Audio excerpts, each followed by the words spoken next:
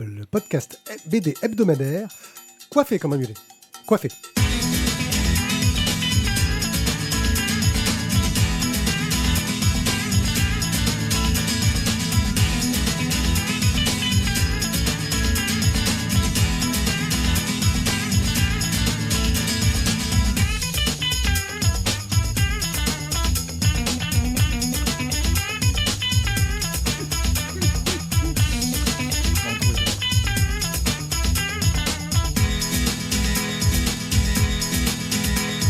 Coucou les gens et bienvenue au One A Club, l'émission qui va vous parler de 4 bandes dessinées et des bandes dessinées de qualité choisies par les meilleurs chroniqueurs du monde, des chroniqueurs qui en ont plein sur la tête, des cheveux, car ça va être le fil rouge de cette émission, la tresse à suivre.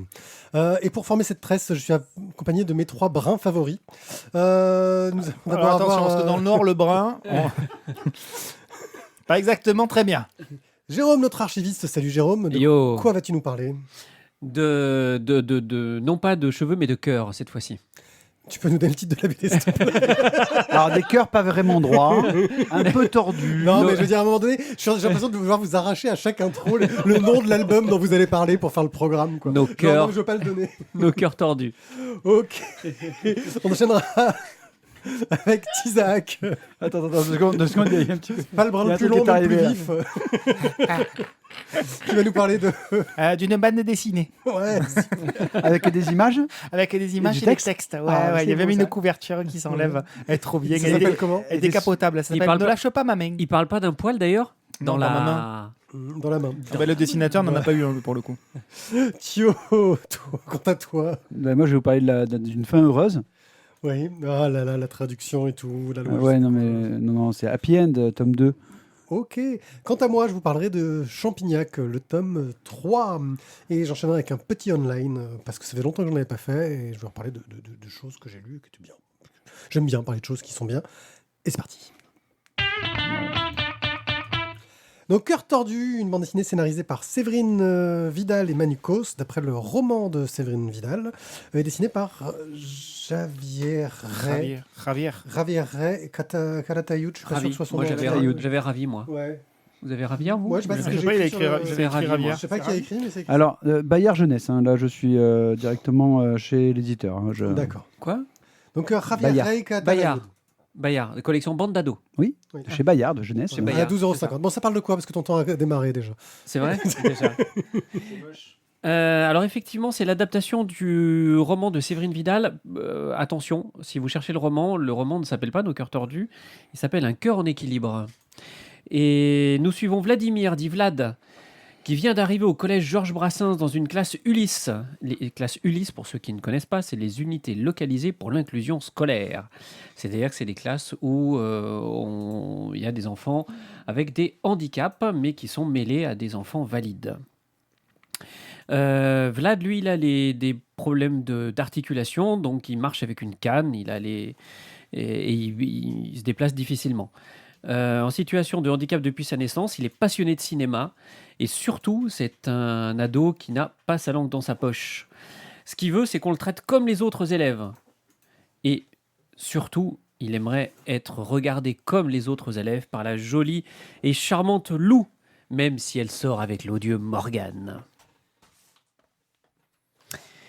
Voilà, il va vite se faire remarquer. Et il va se faire des amis, tant valides qu'handicapés, en particulier Saïd, un petit caïd au cœur tendre, qui va vite devenir son meilleur ami. Ensemble, ils vont proposer à une petite troupe là, de monter un court-métrage dans le cadre d'un concours de cinéma. Et ils vont s'atteler à ce projet qui va les souder et qui va leur permettre de découvrir les qualités des uns et des autres et d'aller au-delà des apparences, au-delà de leurs différences, parce qu'ils sont tous un petit peu cabossés quand même, physiquement ou moralement, et comme beaucoup d'ados en fait, très clairement. C'est une BD sur le handicap, mais pas que. Une BD sur le regard qu'on peut poser sur le handicap, nous, valides. Personne autour de cette table fait partie des personnes handicapées, non, donc voilà. Non, Ça dépend. C'est ça, mais en tout cas pas officiellement. Ne relève pas de la MDPH. C'est ça. Et donc surtout sur le regard, et le regard que ces enfants aimeraient qu'on pose sur eux, c'est-à-dire en pratique pas un regard de tristesse, de compassion, un regard... Ils aimeraient être traités comme n'importe quel ado en fait. Et en particulier Vlad, lui, quand il fait une connerie, il veut surtout pas qu'on s'apitoie sur son sort en disant « Oh mon pauvre, c'est parce que tu es handicapé ». En fait, il a envie d'être puni comme n'importe quel autre gamin. Tous les gamins ont envie d'être punis. En tout cas, lui, il veut être absolument traité comme tous les autres. La position du grand-père de Vlad est assez intéressante à ce niveau-là. Elle est un peu caricaturale, mais il est pas dans le déni, même si on le croit en fait, dans le déni du handicap de son petit-fils. Mais il traite le handicap de son petit-fils par le mépris. Et finalement, Vlad est beaucoup touché par ça. Donc voilà, on a un dessin qui, par Ravi Ray, qui est très clair, assez dynamique, avec une mise en couleur qui est assez classique, on va dire, mais en tout cas assez efficace. Donc voilà, moi j'ai beaucoup aimé cet album. Franchement, ça a été un joli petit coup de cœur. Bon, les aplats de couleurs, je suis pas un grand fan. Les aplats de couleurs photoshopés, je suis pas un grand fan. Mais voilà, hormis ce petit détail qui ne gêne pas la lecture outre mesure, je trouve que c'est vraiment un album intéressant, très feel good. Et voilà, et on accompagne avec plaisir ce Vlad qui est plein de bonne humeur, plein de joie et plein d'amour sur la vie. Moi j'ai trouvé que c'était plutôt sympa, léger. J'ai vraiment apprécié le dessin. Je trouve qu'il y a, au niveau des portraits, des visages, avec quelques traits, il arrive à représenter beaucoup d'émotions et de différences entre les personnages. Quelques-uns sont plus caricaturés que d'autres, je trouve. C'est peut-être un petit peu un défaut pour un des personnages en particulier. Et oui, non, l'histoire, c'est de l'aventure enfantine. Alors moi, ça me parle parce que tu les vois qui veulent faire un film et que c'est des sujets qui me parlent un petit peu. Et tu vois les difficultés qu'ils ont pour lancer leur truc, mais qui sont motivés, qui se lancent dans des choses. Et tu dis, ça reste quelque chose de plutôt cool, quoi. Un bel album jeunesse, oui, sur comment, plus qu'accepter la différence, intégrer la différence. Voilà. Après, on est clairement pas le public direct, on va dire. Ça me parle parce que oui, c'est un propos sur le handicap, mais je pense qu'on a eu enfin en tout cas ce qui me concerne, on a une expérience du handicap, de l'avoir rencontré, d'avoir vu des gens autour, qui fait qu'on a déjà un regard adulte là-dessus et que les explications qui sont données, on voit, enfin, que ça touche peut-être plus un public qui connaît pas vraiment ça, qui n'y est pas vraiment prêt au handicap. Voilà. Vraiment pour les plus jeunes, quoi, clairement. Vous avez quelque chose à ajouter ? Non, ça a effectivement bien sa place en milieu scolaire, je trouve. C'est effectivement une bonne proposition. C'est effectivement très feel good, c'est ça qui est un petit peu intéressant dans l'histoire. Il n'y a vraiment aucun pathos dans tout ça. Et tous les personnages sont assez sympathiques. On n'a pas eu besoin de mettre vraiment en place un grand méchant pour servir de contrepoint à cette petite bande. Donc voilà, c'est très sympa, c'est très enfantin, ça marche bien. Rien à ajouter pour Thio. Donc, c'est Nos Cœurs Tordus de Séverine Vidal, Manucos, Javier Rey, Catarayud chez Bayard pour 12,50 €. Ne lâche pas ma main, d'après un roman de Michel Bussy, scénarisé par Fred Duval, dessiné et colorisé par Didier Casgrain, chez Dupuis pour 29,95 €, mon cher Isaac. Alors, on retrouve la même équipe que sur Les Nymphéas Noirs. On a le même trio. On reprend un bouquin de Michel Bussy et à l'adaptation scénaristique Fred Duval et Michel Bussy. Et pour le dessin et la partie couleur, Didier Casgrain. On est donc sur un nouveau scénario et surtout sur un nouveau lieu. Donc là, en direction l'île de la Réunion, et on va suivre les traces de Monsieur et Madame Bellion sur cette île. Alors, on est dans un hôtel luxueux, on est en 2019, on est donc tout à fait contemporain. Sur l'île de la Réunion, il fait beau, il fait chaud, on est au bord de la piscine. Madame Bellion, Liane, sort de cette magnifique piscine, remonte dans sa chambre et elle laisse sa fille, Sofa, à la garde de son mari Martial, etc. Et puis bon, la jeune femme n'est toujours pas revenue, donc son mari s'inquiète, elle remonte dans la chambre, la petite est sous la garde d'amis ou des grands-parents, je ne sais plus, et quand il monte, sa femme n'est pas là, Liane n'est pas là, les affaires sont renversées, il y a des traces de sang sur le lit, donc le mari appelle la police. La police, en l'occurrence, c'est Aja Purvi, qui est donc une locale de l'étape.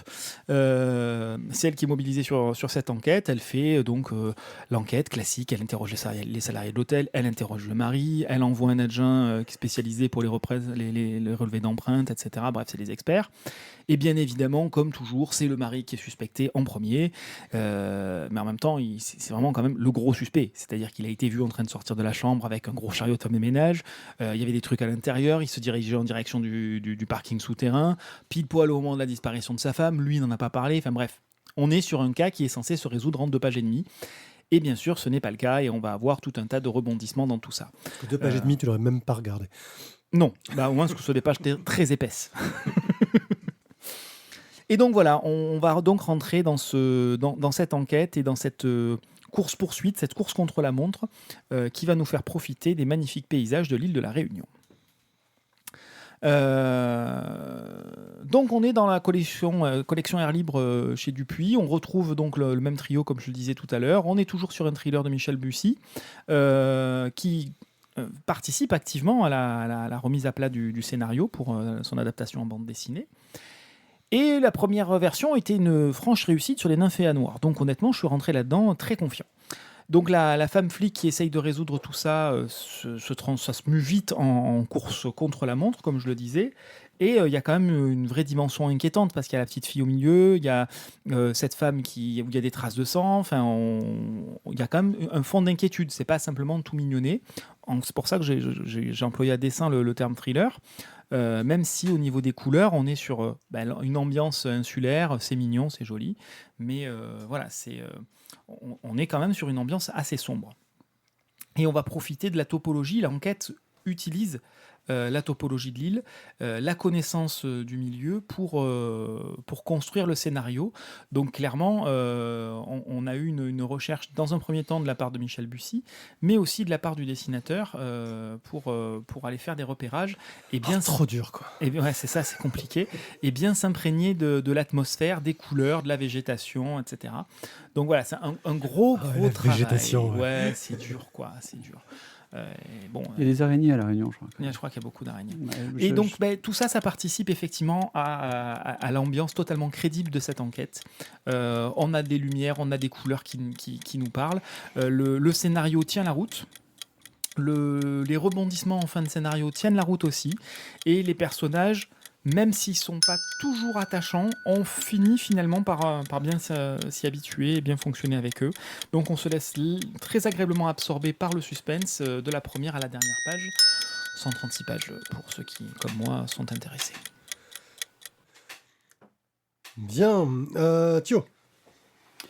Mais comme je l'ai déjà dit, je crois, pour les Nymphées noires et comme pour tous les trucs de Michel Bussy, je crois qu'il faut... Ça donne envie de lire. Putain, merde, vraiment, je les lise parce que ça a l'air bon, en fait. Oui, définitivement, il faut que je les prenne, je pense. Ça doit être la bonne lecture de vacances, quoi. Ouais, mais sinon, tu attends à chaque fois une adaptation de Casgrain et puis on est bien. Hein.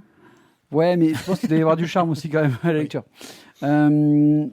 Mais le scénario de base, déjà, je pense, donner envie, c'est un bon thriller, comme tu l'as dit. Thriller. Un thriller. Un quoi? Hein? Okay. Mais le scénario, je trouve que le dessin et moi j'aime beaucoup Casgrain et du coup ça donne vraiment avec putain là, Oui, tu cherches un mot? la peinture à l'eau, Aquarelle. L'aquarelle. Tu Merci. sais à quoi tout ça? Quoi? Aquavelva. Donc l'aquarelle, ouais, non c'est Tu l'as la pub? moi chez Aquarelle, ouais, je trouve que c'est splendide. On arrive, il nous dessine, je trouve, parfaitement tous les types de climats que tu retrouves sur l'île et tous les endroits. Enfin, d'ailleurs, j'ai découvert finalement qu'il y avait presque une sorte de désert en fait en plein milieu. Voilà, enfin pas en plein milieu, mais enfin un des endroits en tout cas. Non, voilà. Okay. Un bon polar est bien dessiné, bien mené, de tourisme de la Réunion peut-être et la. Je crois vraiment en plus. C'est pas impossible, hein. Très honnêtement. Hein. Je crois qu'il y a un producteur de rhum aussi dans l'histoire. Non, mais je crois que si tu vas à la fin, je crois qu'il y a un truc. Mais non, là vraiment. La maison du rhum sponsorise. Franchement, on est au mois d'octobre. J'y vais peut-être un peu avant. Mais je pense que ça peut faire un super cadeau de Noël. Mais grave. Parce que Surtout c'est- si tu mets 2 billets d'avion pour la Réunion avec. Ça va être super. Non, mais ça peut faire un bon cadeau. Tu vois, regarde, t'as une belle histoire, bien écrite, Ah. avec un beau dessin. Allez, ou un minima, une bouteille de rhum pour les Et- plus petits budgets. Allez, pour les plus petits budgets, une petite bouteille de rhum. Une mignonnette. Une minette, une romounette. Une romounette. Hein. Moi, ce que j'ai trouvé intéressant, c'est qu'on avait un scénar qui était pas trop capillotracté, comme le suggère Randall, et qui, en gros, arrive à avoir un petit C'était facile, côté quand même, choral.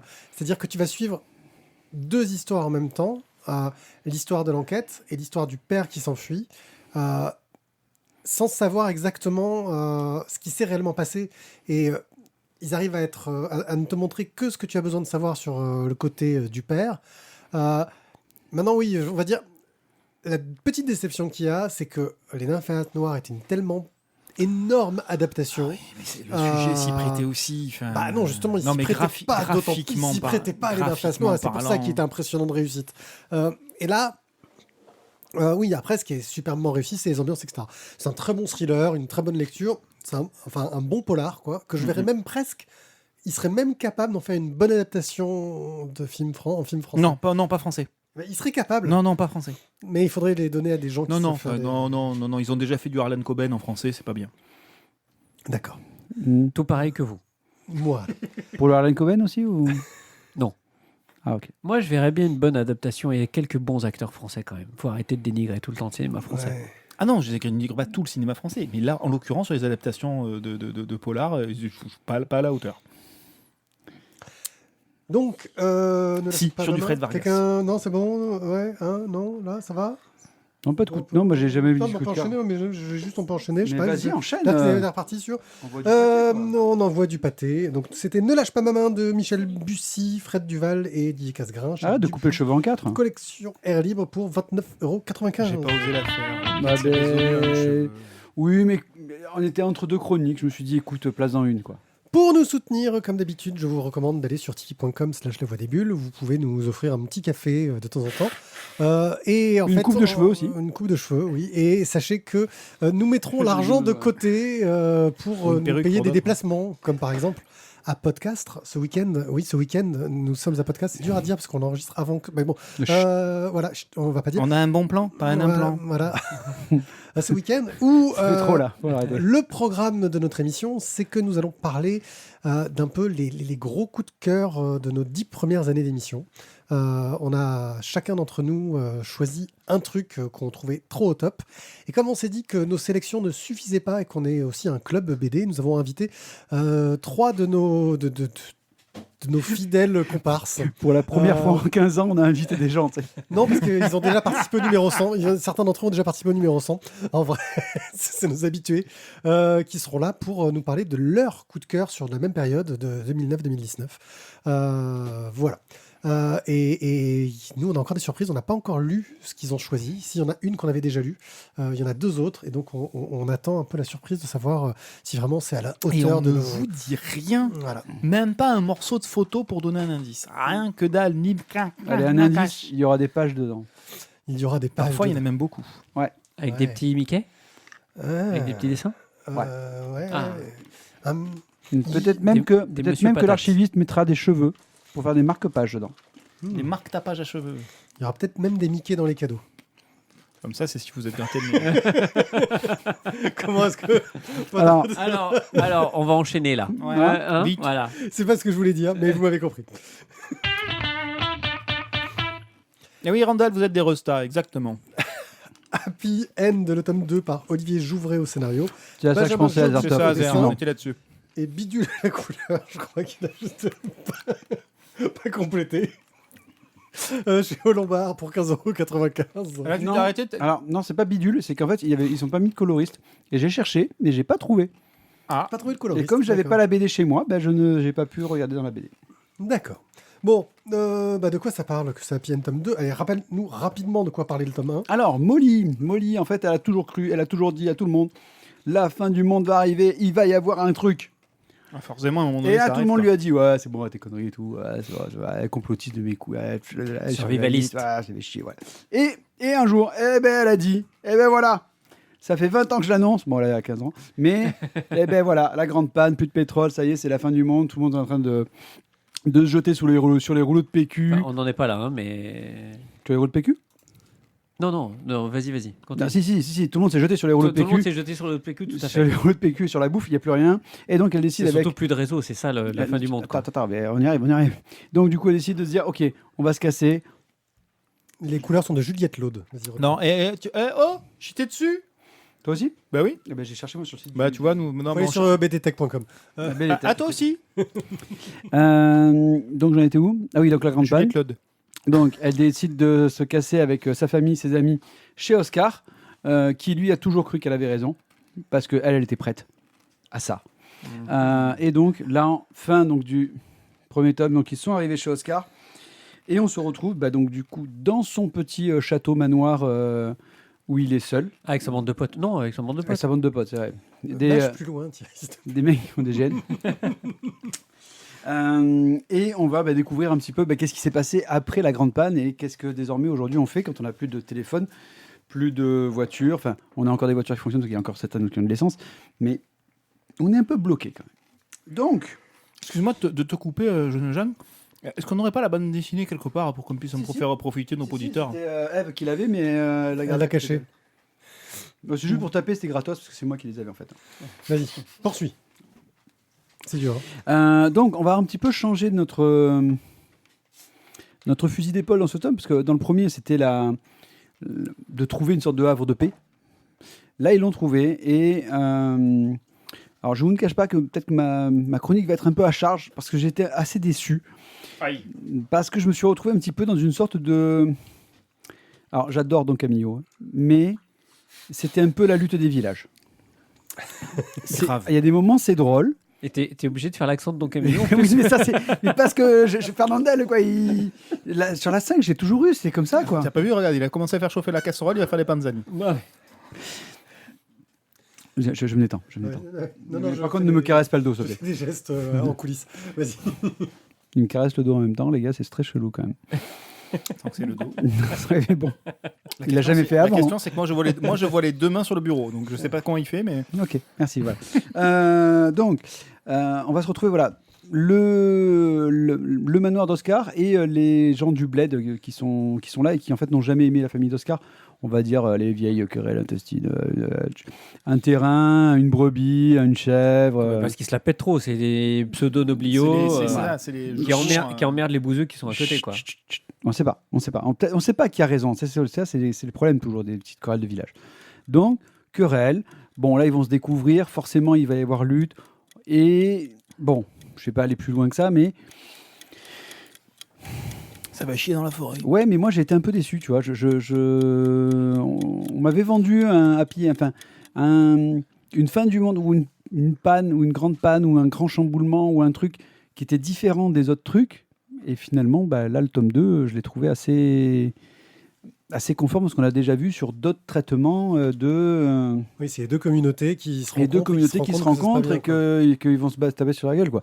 Alors, il va y avoir un malentendu. Certes, c'est pas la fin du monde, hein, ok. Ce n'est pas aussi la fin de la série, parce qu'il y aura une suite. Mais j'avoue que le tome 1 m'avait un peu emballé. Le tome 2 m'a un peu refroidi. J'attendrai le tome 3. Au niveau du dessin et de la couleur, par contre, moi, j'aime beaucoup le côté verdoyant, le côté... Là, c'est-à-dire qu'il a tué le tube. Hein. On est à la campagne, on est bien, c'est beau, et c'est elle, du coup, parce que vous voyez que c'était une fille. Elle a tué le tube. Voilà. Et voilà. Au niveau du dessin, vraiment super. Mais moi, le scénario, j'ai pas accroché. Votre avis, Jérôme? Moi, j'ai bien aimé. Après, j'ai trouvé effectivement moins bien que le tome 1, très clairement. Mais je trouve qu'il se termine sur un joli cliffhanger et qu'on attend toujours de savoir pourquoi ça s'appelle Happy End. Et voilà. Donc, à la fin du tome 2, il se passe un truc. On va pas dire quoi. Du coup, en fait, ce tome 2, c'est un tome de transition vers le tome 3, en fait. Et pas plus que ça. il n'est pas plus que ça. Et c'est moi, c'est ce qui m'embête, c'est-à-dire que c'est une transition qui arrive en tome 2. C'est-à-dire, c'est un peu la post-pub qui arrive au bout de 2 minutes de film. Et c'est trop tôt. Voilà, c'est là, sur le tome 1, on commence à poser les bases de quelque chose. Le tome 2 devait enfoncer ça, devait essayer de faire venir un peu le public pour qu'on ait envie d'acheter la suite et d'avoir envie de continuer sur ces personnages-là. Et là, on est sur un épisode qui regarde le nombril du trou du cul du nombril. Donc ça, non mais voilà, on est vraiment sur un épisode de pause, ce qui arrive beaucoup trop tôt dans une série de bandes dessinées. Donc au niveau de la construction scénaristique, de la construction de l'histoire, il y a clairement, à mon sens, une faute. C'est pas maintenant qu'on fait ce genre de tome. Ouais, mais ils se ça font un arrive 10 fois kiff, trop tôt, quoi. GN dans la forêt. Ouais, Oui, ouais, le c'est kiff pour GN, ça c'est que un c'est fois, c'est vert, pas mal, génial. Alors, Ouais, on en connaît d'autres qui vont en faire un aussi. quand tu sais qu'il y a 2 ans entre le tome 1 et le tome 2, au bout de 2 ans, quand tu as envie de suivre la série, on te pond un truc comme ça. Je suis désolé, s'il faut attendre 2 ans pour avoir la suite éventuelle de l'histoire, au niveau du marketing, je suis pas convaincu que là, ils aient gagné une patate, quoi. Mais par contre, moi, la couverture, pour te couper quand tu avais fini, donc c'était parfait, m'a beaucoup fait penser à du Oh, Camelot, aux bandes dessinées Camelot. C'est pas faux. C'est Ouais. clairement ça. Ouais, moi, quand je l'ai vu, j'ai fait tiens, on dirait du Camelot. Mais du coup, finalement, avec tout le retard de BD et de chronique qu'on a, il faut qu'on chronique ce genre d'album ou on attend le tome 3? Mais non, c'est qu'on a lu le tome 1 il y a pas si longtemps, en fait. Tu vois, et donc du coup, on était là-dessus et on était bien. Ça aurait pu être bien, ça aurait dû être bien. Et c'est pas mauvais, mais c'est juste que sur un tome 2, c'est dommage. C'est un quoi. peu une déception. Ça a été une déception, mais c'est pour ça que j'ai voulu en parler parce que j'étais déçu. Il a été touché. Moi, j'étais voilà, ça m'a. In your heart. C'est ça. Dans mon cœur un peu tordu, ça m'a un peu. Joli. Il en a perdu les cheveux. Et- J'allais le faire. Où il s'en est fait des cheveux blancs. Non, Peut-être. j'ai dû m'arracher des touffes là, je pense. Happy End, le tome 2 d'Olivier Jouvray et Benjamin Jurdic au Lombard pour 15,95 €. Mais j'achèterai quand même du tome 3 pour savoir la fin. Ah oui, non, mais c'est ça le pire, en fait. C'est que le premier tome est tellement intéressant que t'as peut-être envie d'avoir la suite, quoi. C'est juste dommage. Champignac, le tome 3, quelques atomes de carbone par Becca au scénario et David Etienne au dessin et à la couleur. D'ailleurs, sur la Chez- couverture, remarque, les noms sont inversés. C'est Étienne en premier et Becca Ouais. en 2. Chez Dupuis à 15,50 €. Ouais, tu as dit le nom. Ah, tu lis pas ce que j'écris. Si, Voilà. si, je l'ai lu, mais j'ai vu que tu me disais c'est quoi ces noms. Ah oui, c'est vrai, c'est ça leur vrai nom. Mais ils se font appeler Becca, on va les appeler comme c'est écrit sur leur nom, ils peuvent choisir leur identité, ils sont libres de leur choix. Parce que BK, c'est 2 personnes. Voilà. Il y a le B et le C. C'est même un couple, hein, d'ailleurs. on peut Oui. le dire. Donc, KB était pris déjà. Champignac. Champignac, c'est une série moi, que j'aime beaucoup parce que c'est un des bons spin-offs, on va dire, de Spirou, en spin-off régulier. Il y a eu Zorglub, mais qui est vraiment plus sur un public jeunesse pour de la déconne, etc., que j'aime bien. Mais c'est de la déconne, Champignac aussi. voilà. Champignac part sur un côté un peu plus sérieux et revisite le passé du conte de Champignac. Revisite s'appelle pas comme. Hein Pas comme Jeep. Non, mais comment vous prononcez ça? Hein? C'est pas comme. Pas comme. Ah, pas comme, elle rose. Mais non, mais c'est pas comme. Enfin, les gars. Non, il faudra qu'on- Non, mais non. Non, il faudra que je te raconte un On peu a ma un vie. truc à te raconter. Il faudra que je te raconte ma vie personnelle ensuite et on en- Voilà, La ref est ailleurs. voilà. Ok. Et on n'a plus le choix que de dire comme ça. Et donc, ça nous suit un peu des liens avec des aventures historiques. On parlait de la Deuxième Guerre mondiale et des aventures scientifiques. Le premier tome parlait d'Enigma, le deuxième tome parlait de tout ce qui était les drogues de soldats allemands. Le troisième tome, Champignac est avec sa compagne, Blair, et la structure est vraiment bizarre. Ça commence par une intro. L'intro, c'est ils sont tranquillement ensemble et Blair annonce que elle est enceinte dès les premières pages et que en fait elle veut pas garder le bébé parce que elle veut, c'est pas le moment pour elle, qu'elle veut décider de sa vie. Ils se mettent bien d'accord là-dessus, etc. Et donc elle va essayer de trouver un moyen de pas garder le bébé dans une époque où ce n'est pas autorisé. Et là, c'est la fin de la transition, c'est dur, c'est hallucinant dans ce genre de BD, je m'y attendais pas. Ça m'a pris de court, c'est le genre de truc que tu mets plutôt en fin d'album, quoi, ce genre de choc dans les dents. Et on a un grand gap temporel, et on arrive plus tard, où Champignac se retrouve à devoir aider une jeune femme qui veut monter le planning familial. Et doit l'aider à trouver des solutions, des financements et surtout à avancer sur la pilule contraceptive. Donc, on est sur l'histoire de la pilule contraceptive. Et on aura une autre révélation en fin de tome sur quelque chose auquel on ne s'attendait pas forcément, parce que ce n'était pas du tout canon et ça n'avait jamais été traité dans l'histoire. On reste sur quelque chose au niveau de la rythmique qui est un peu moins dans le côté espionnage-action que le tome précédent. Mais alors, d'un point de vue émotion, moi, je suis resté sur le cul. Briser les codes narratifs comme ils l'ont fait là, c'est rare. Surtout dans une bande dessinée, on va dire, un peu mainstream, Dupuis, tout ce qu'on veut. Pouvoir se permettre de le faire, qu'il y ait l'accord de l'éditeur, à traiter d'un sujet très dur et de le traiter très fortement et de façon très frontale. Moi, j'ai trouvé ça remarquable. Le dessin de David Etienne est en plus fantastique. La petite surprise à la fin du tome fait que on a un rebondissement qui reste cool et que ça arrive à retrouver un peu les rails scénaristiques, mais surtout qu'on a toute une période de gap dans l'histoire de la vie de Champignac qui ne demande qu'à être explorée et qui apporte une richesse potentielle à cette série qui, pour moi, est déjà fantastique. Voilà, j'ai adoré, je suis un grand fan. Et vous ? Me suivrez-vous sur cet avis ? Je crois qu'elle est complètement tombée en amour avec Champignac. C'est pour ça que... Non, j'allais dire des conneries. Vas-y. C'est un album qui sort clairement des sentiers battus, surtout, alors, perso, moi, l'univers de Spirou, je m'en contrecarre royalement. Ça s'est posé au moins. Au moins, c'est posé. Et ben celui-là d'album, pour le coup, était très bien. Et effectivement, c'est couillu le caribou de la part de l'éditeur d'avoir osé sortir un Champignac qui est dans cette veine-là. Pour moi, c'est un petit peu le même gap qu'il y a entre un Batman Kapao, etc., et puis le Dark Knight. On vient sur quelque chose de beaucoup plus sombre, de beaucoup plus réel. On est ancré dans le vrai, on est ancré même dans l'historique, en arrangeant l'historique et en créant de l'histoire dans l'histoire. Mais c'est malin, c'est intelligent, c'est socialement parlant intéressant. C'est un album qui s'appelle Champignac, qui finalement permet de poser déjà un background sur un personnage sans avoir besoin de perdre 10 pages à le faire. Et finalement, il aurait pu s'appeler Jean-Paul, mais sauf que là, en l'occurrence, on gagne du temps sur le contexte. Et c'est super intéressant, c'est super bien fait, c'est super malin. Un très bon album. Alors, coup de cœur, pas coup de cœur, ça je vous laisserai décider.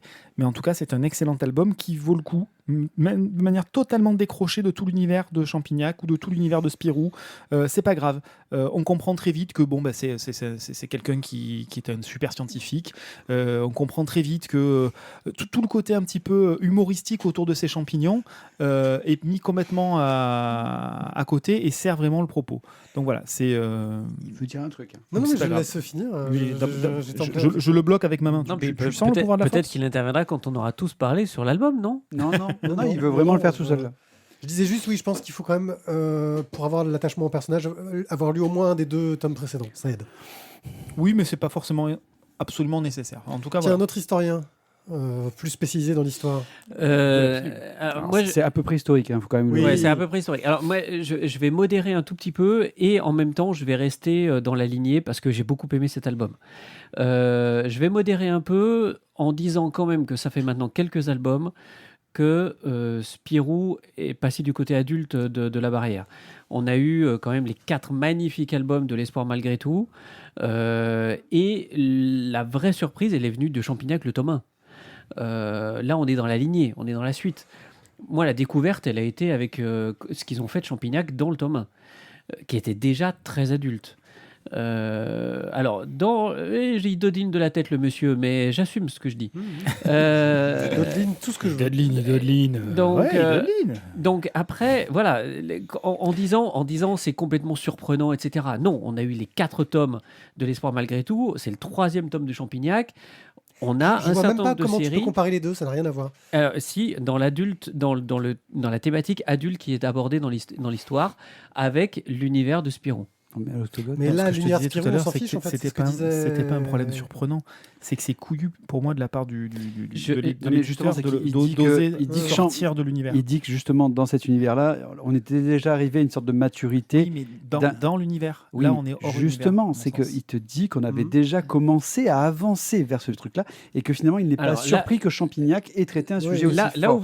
où vous avez raison, c'est qu'effectivement, on n'est pas dans l'univers de Spirou. Ils auraient pu mettre n'importe quel personnage. Finalement, on prend Champignac parce qu'il est connu par les lecteurs de Spirou, mais ils auraient pu prendre n'importe quel Oui, enfin, personnage. Fantasio, ça marchait moins bien quand même. Ça marchait moi-même, mais ils auraient pu prendre Géo Trouve Tout, tu vois, par exemple. Mais Pourquoi bon, pas. C'est c'est vrai. pas le même éditeur, mais Oui, là, c'est sûr. Ça aurait été vachement plus compliqué.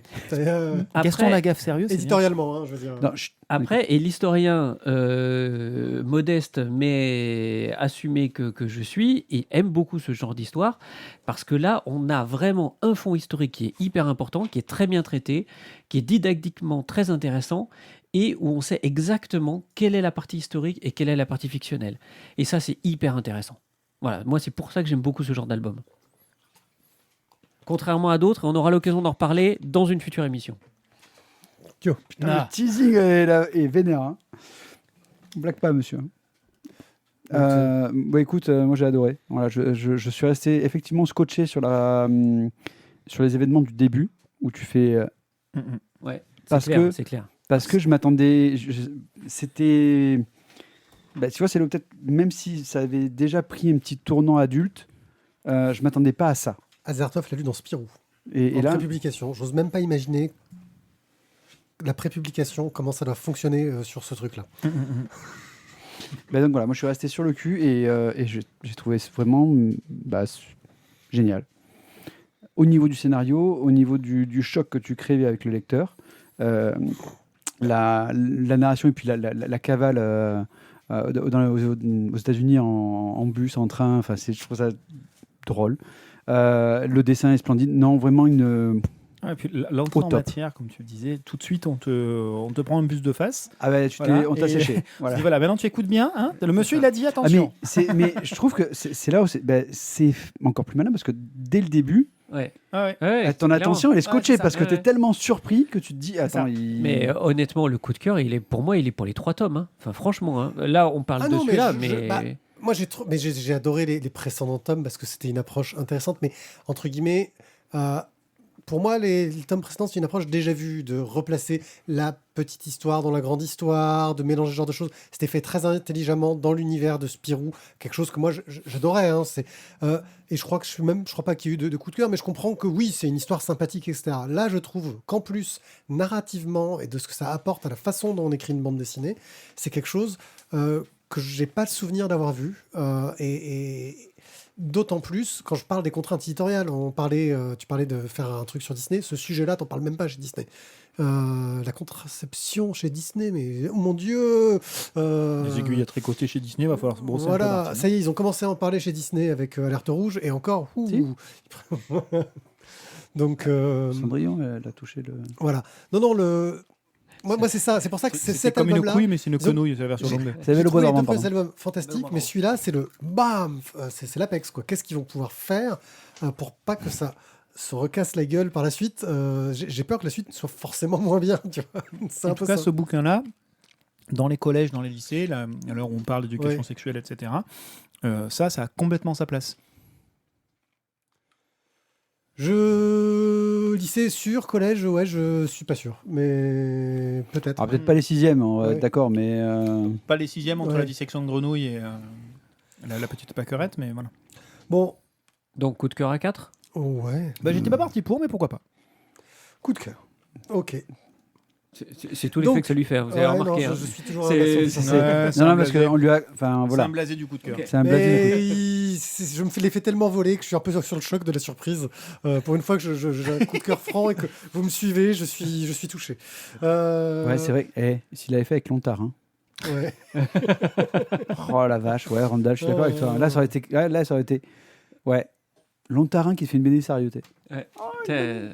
Champignac, le tome 3. Dans une voiture, il trouve Euh, une femme qui essaie de donner. On va revoir Lontarin, d'ailleurs. Avec Vous- Becca au scénario et David Etienne au dessin et à la couleur chez Dupuis pour 15,50 On €. va revoir Lontarin. Vous avez vu que finalement, ils se sont mis d'accord pour le nouveau log Gaston. Ouais. Il va Ah. sortir. Ah, ah. Surprise. Mais il devait pas y l'avoir en Gaston. Il devait pas- Oh, il est fort celui-là de jingle. Ouais, Va falloir que je fasse quelque chose. tout à l'heure était déjà pas mal, mais là. Ouais, il va falloir que je fasse un effort sur ce petit logo du online. Je vais vous parler de Surveillance Made in France. En fait, c'est un des articles qu'il y avait dans une édition spéciale de la revue dessinée qui avait été fait avec Disclose, qui s'appelait On leur vend des armes et le pire, c'est qu'ils s'en servent. Oh, les cons. Ouais, voilà. Oh, ça me fait halluciner. Qui parlait en gros de tout le commerce des armes qui est fait en France. Et ils l'ont mis en ligne gratuitement en réponse à l'arrestation d'Ariane Lavrieux, une journaliste de Disclose qui avait travaillé sur ce projet-là. Et ils ont mis l'article sur lequel elle a travaillé en particulier sur les ventes d'armes à l'Égypte et la mise à disposition de personnel de l'armée pour lutter contre le terrorisme, mais en fait on leur fait faire des missions qui n'ont rien à voir vraiment avec la lutte contre le terrorisme, mais plus de la sécurité intérieure de l'Égypte. Bref, un peu de l'abus de ressources et avec un accord français. Cette femme a été donc arrêtée parce qu'en gros ils ont essayé de lui soutirer ses sources. Parce que ce qu'elle a fait était d'aller quand même chercher des infos assez précises. Et ce qui est bien, c'est que le fait qu'il ait arrêté pour lui soutirer ses sources, c'est que ces infos, c'était sans doute justes. Et ça a mis surtout le doigt, un peu en effet Streisand, sur ces affaires-là. Moi, j'aime beaucoup la revue dessinée. J'ai lu donc cette BD-là, qui est vraiment plutôt sympa. Enfin, plutôt sympa dans la façon dont elle est traitée. On reste sur le ton vraiment... C'est sympa, on leur vend des armes. Ça a l'air sympa. Oui, mais voilà. Non, mais je veux dire, c'est le ton revue dessinée. C'est-à-dire qu'il y a un illustrateur, c'est quelque chose qui est très raconté. Les illustrations sont vraiment là pour appuyer le propos sans avoir une... Enfin, on est très loin de la narration fictionnelle. Ça marche bien. Donc, c'est Cyril Eloff qui est au dessin. On peut trouver ça sur Issu. C'est un site de lecture de PDF. Hein. Je vous mettrai le lien en ligne sur lavoidesbulles.fr. C'est un bel article. On va revenir maintenant sur Tiny Fantasy. J'avais déjà parlé de Tiny Fantasy il y a maintenant super longtemps. C'est une bande dessinée de Bathroom Quest qui est sortie sur le site On Grand l'a Papier. connu Ouais. pour qui, lui? Je crois même qu'on l'avait rencontré. Oui, on l'avait rencontré. voilà. Pourquoi, lui? Je sais plus, il avait bossé sur des trucs chez C'était à même pas mal. Marseille Chez qu'on même l'avait pas mal. Et en fait, je voulais en reparler parce que j'en avais parlé depuis un grand moment, mais là, il en est à 121 pages. Et je me dis que même si c'est des pages numériques, Il ça en manque encore un peu. commence à parler à Thierry. Ça peut commencer à éveiller un de ses sourcils. Voilà. Un sourcil un peu épilé. Donc, voilà. C'est très rigolo. C'est de la fantasy, mais à hauteur un peu humaine. On est dans un monde médiéval fantastique. On voit que le monsieur est rôliste, hein, d'ailleurs. C'est plein de références. Mais c'est le genre de mec qui va te faire des références en disant... Gloriole. Oui, Gloriole, c'est ça. voilà. C'est le genre de mec qui va te dire mais pourquoi est-ce qu'on va toujours dans les auberges pour chercher des renseignements alors que si on allait au lavoir, ce serait peut-être plus efficace et qu'en plus, on pourrait avoir des vêtements propres à la fin. Tu vois, ce genre de truc. Mais c'est vrai que c'est pas con. Oui, mais on drôle. boit pas un coup. Mais on boit pas un coup. Mais bizarrement, c'est vrai qu'effectivement, tu as peut-être plus d'infos fiables au lavoir. Alors, Excuse-moi, la baston au lavoir, j'ai jamais vu dans un film. Lavoir, Par c'est un monde exclusivement féminin, le Parce lavoir. qu'on, hein. T'as plein d'infos. Entre meufs. La baston dans la taverne où tu te mets sur le lustre et tu l'as pas au lavoir. Donc là, tu suis des aventures de deux personnages qui sont une vendeuse de talismans et son apprenti, qui vendent des talismans qui te protègent au niveau du combat, au niveau des guerres, et qui en gros suivent les batailles pour essayer d'aller faire du commerce, et qui vont bien sûr se retrouver mêlés à une aventure un peu plus grande qu'elle, et ça devient difficile. Moi, j'aime beaucoup le dessin qu'il a là-dedans, c'est très dynamique, il y a des scènes d'action qui en jettent pas mal. Je vais essayer d'interagir avec la page parce que c'est difficile de faire les deux en même temps pour ceux qui sont en live. Et voilà, moi c'est vraiment quelque chose que je trouve très très fun. Les personnages ont des têtes un peu bizarres, mais c'est bourré. Il y a le côté action-aventure, mais aussi petite histoire du quotidien, de personnages qui s'entraident, se soutiennent. C'est gratuit, c'est sur Internet, et il y a 121 pages de pur bonheur. Donc Tiny Fantasy de Bathroom Quest sur le site Grand Papier.